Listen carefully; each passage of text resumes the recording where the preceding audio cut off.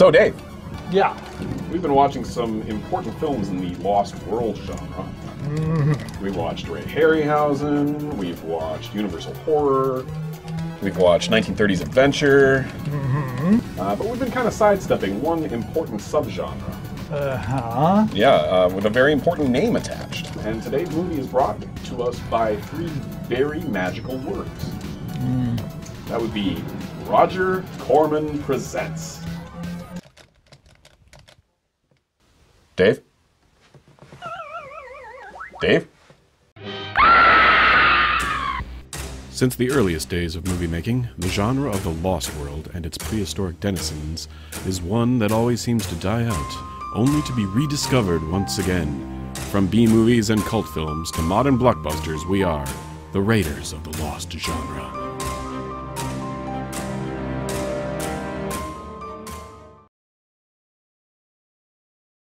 Hey Dave! Yeah. Today we are watching Dinosaur Island. So I've heard. Yeah, it's a 1990s Jim Wynorski, Fred Olen Ray B picture, probably direct-to-video, overseen by God among B-movie gods, Roger Corman. But I'm not expecting it to be anything more than schlocky, fun, and kind of a jiggle fest. Here's what I was hoping for: that Corman would be the director. When you say Corman, I was like, Corman. Sorry. So no we got such luck. Wynorski, which is a less good Corman. Well, I know Fred Olen Ray won an Emmy at least once. Well, but the whole thing with Wynorski is like his reputation precedes him. When I hear Corman, I think, that's fun. When I hear Wynorski, I think that's not we fun. might have a journey in front of us, my friend. Oh yeah, we typically do. Okay. Well, today we're watching Dinosaur Island, so ready? Yeah, let's do it. Well, let's do it.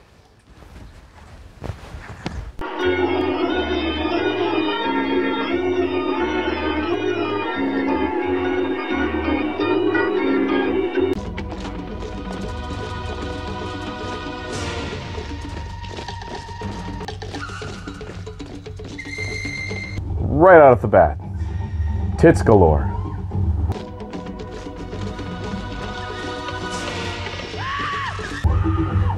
Is this a good shot, Jim? Oh yeah, maybe the best shot. Best shot ever. In the annals of the 1980s and 90s direct-to-video heyday, certain names conjure up memories of the best of the worst. Names like Stuart Gordon and Charles Band, or the two directors listed on this film in tandem or alone. And here they are, working for the legendary Roger Corman himself as uncredited producer, utilizing all his usual available stock props and footage from his other pictures, such as the T-Rex from Carnosaur, while shooting on David Carradine's ranch for what I'm sure was a substantial discount. Well, she was right to do that last move, because jiggling breasts often frighten dinosaurs. Maybe Carradine's clause was asking the actresses to choke him instead. Anyway, Jim Wynorski and Fred Olen Ray as directors also mean you can look forward to no shortage of genre cliches and large breasts. The era was also known for the cover art on the VHS tapes being the best looking thing about the entire flick. In this case, famed fantasy artist Boris made a quick $4,000 for the poster art. Gun control by Ed Wood. Sometime in the 1990s, I remember wading into the first 5 minutes of Dinosaur Island's cheeseball acting and lackluster reptile action, and quickly checked out. For this review, however, I intend to give the island of leather-clad bikini beauties a second chance. So, with tongue firmly in cheek, I sally forth. I would love to point out everything wrong in this scene, but I don't have the time. Hey, at least they found a real airplane to be sitting inside. I'm actually surprised at that. When a military aircraft carrying 3 AWOL soldiers and their escorts ditches in the ocean... Schemer? Yeah, Did they get him from Shining Time Station? The survivors are carried by a strange current to an uncharted island. A mysterious island, you could say. Well, they survived the crash. Good news. I'm glad we didn't get to see it, because that would have been stressful. Or costly. Or costly. But hey, 5 or 6 jackasses pulling a rubber dinghy up a beach, that's free. Name of your sex tape. Pulling a dinghy up a beach. There, our military misfits quickly encounter spear-wielding babes of the centerfold variety and the dinosaurs they routinely poke sticks at. Check out the hooters on those babes. This beats K-rations. He's totally the poor man's Gutenberg. He's not the poor, he's the homeless man's Gutenberg. A poor man could afford better than this. Yeah, but Yabba dabba do. Mistaken for gods by some of the girls, yet rightly harassed as morons by the queen, the men set out to fulfill the prophecy and kill the Great One, a dinosaur so specific no one seems sure which critter with teeth it is. What? This is amazing. I'm getting very, like, Future Wars vibes.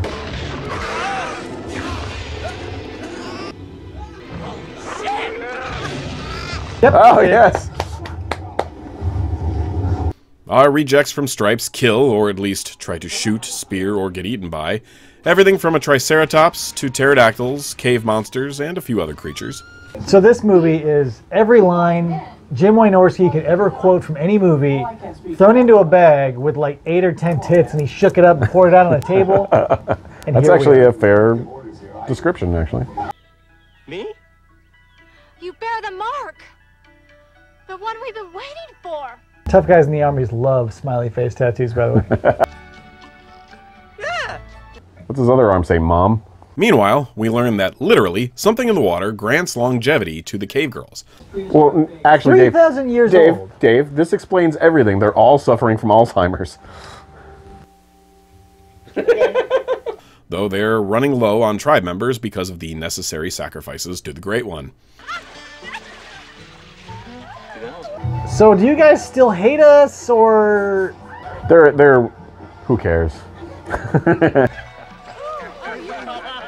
We also learn that, though these babes know English thanks to missionaries and World War II-era soldiers, they've never seen a magazine as fascinating as Penthouse. Anything on this island's gonna help. What about me? You? Come. Yeah, I can do that. I think this is gonna get very healing in a moment. Yep. Yeah. Blood flow is starting to improve. There we go. Page 34. So wait, if this pool closes up any open wounds... Ooh, yeah. In between hunting dinosaurs and catfights, everyone wants to learn how to pose best for topless shenanigans or screw around in the volcanic hot tubs. Yeah, they taught us reverse cowgirl, the missionaries. Not only that, but also how to throw your hair around like you're in a swimsuit video. Page 34. Rule 34. But Paradise is still under the threat of the Great One, a T-Rex that attacks the girls' village when it gets hungry again. Remember, what was it, 10 minutes ago when they said, don't shoot anything? We're running very low on ammo. Somebody used the infinite ammo code. The men take the old guns and grenades they found buried and offer up Scream Queen Michelle Bauer as a Judas goat. Actually, all you have to do is kill the stop-motion animator, and then you don't have any problem. It's true. What in the hell is going on with that puppet? I don't think that's a puppet. Yeah, that's a costume. Then blow the hell out of the dinosaur.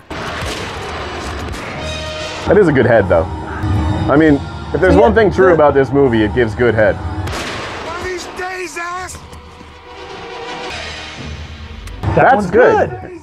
Oh, like a kisser. Nice catch. Yes. Oh my yes.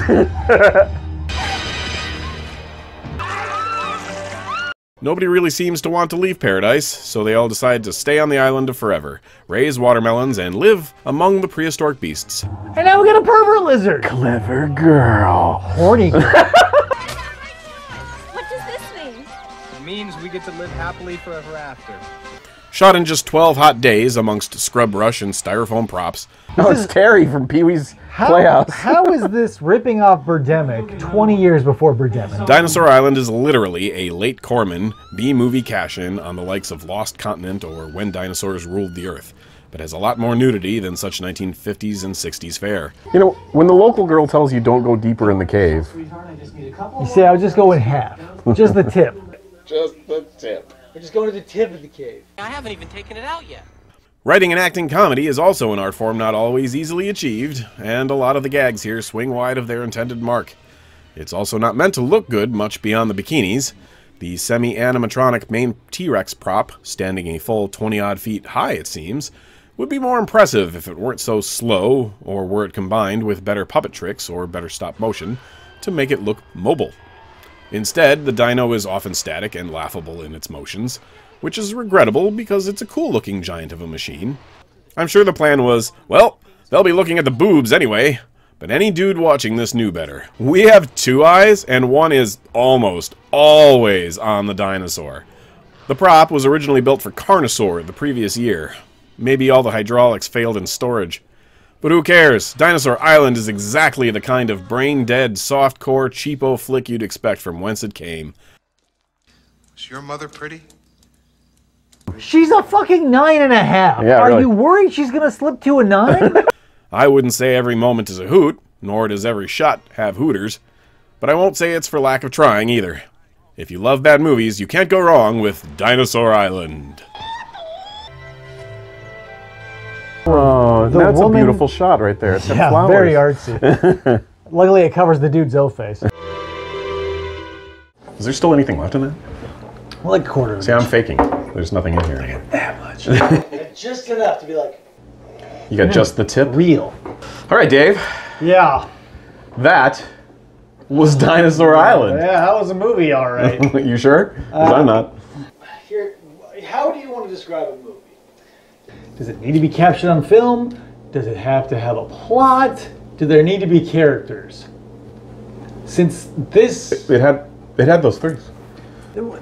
Here's the thing I'll say. I enjoyed this movie, surprisingly. I enjoyed this movie. It is fun. It was fun. Yes. However... Wait. There's a however? A little one. What is so bad about it to me is like the wasted potential of this idea. As I understand, I mean, I haven't researched it much, but as I understand it, it was one of those things where somebody plopped down a script and, oh, fuck this, we're rewriting this shit. And so it's like, it's obviously like everything about it is a weekend film. It's a, you know, which is fine. It took 3 days to shoot. Right. Like Which they is needed fine. 2 full days to get all the daytime stuff and Right. 1 actual night. Yeah. Problem is, here's my problem. The movie's fine, everything's fine. Yeah. If they cut out all the stuff that intrigued me, I'd probably like it better.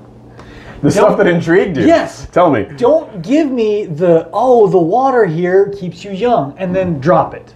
Don't give me, this is a scary place because of XYZ. Yeah, everything's just used to, like, explain away so that you can have dinosaurs and tits. It's so...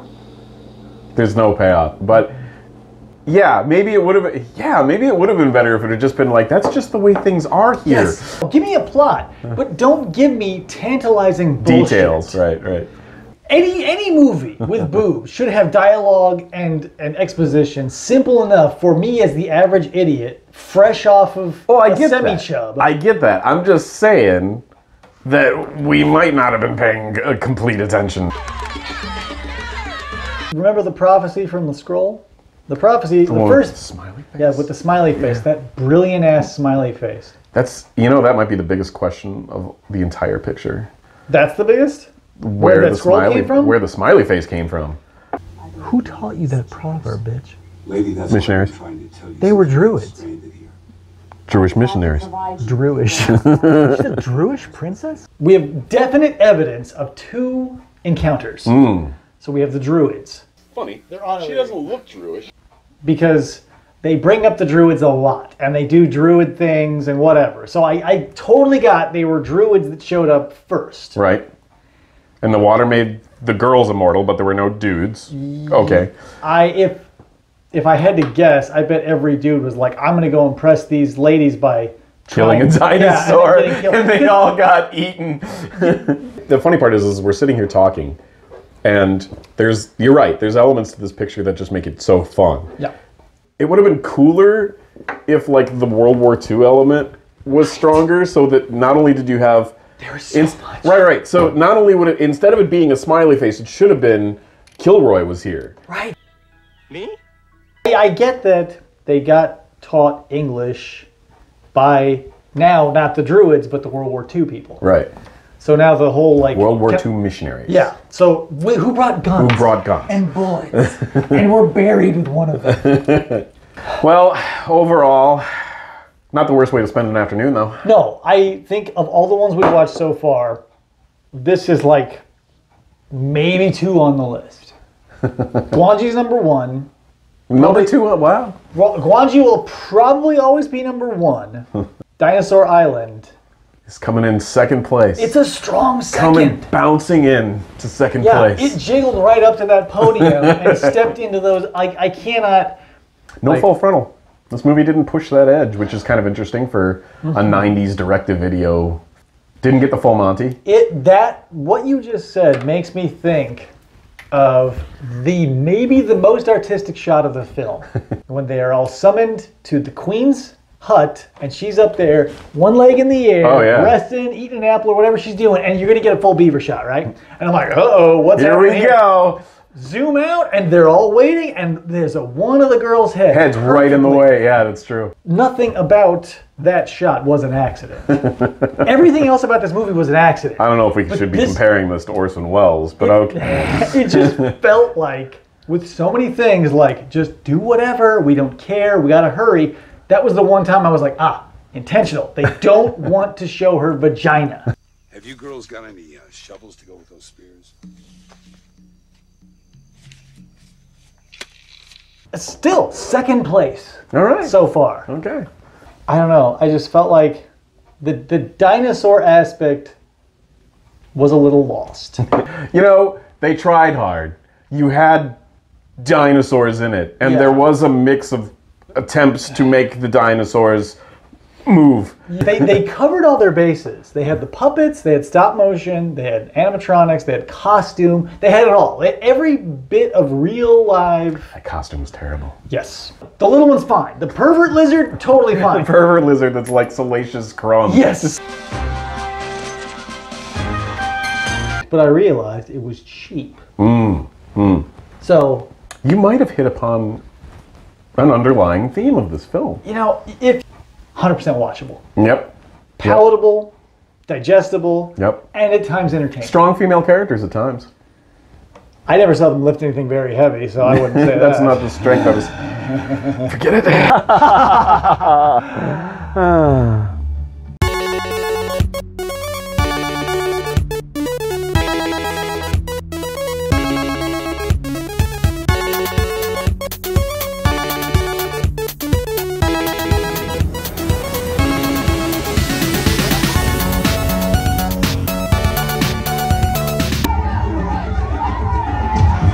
Did this movie ever have a story? Did this movie ever need a story?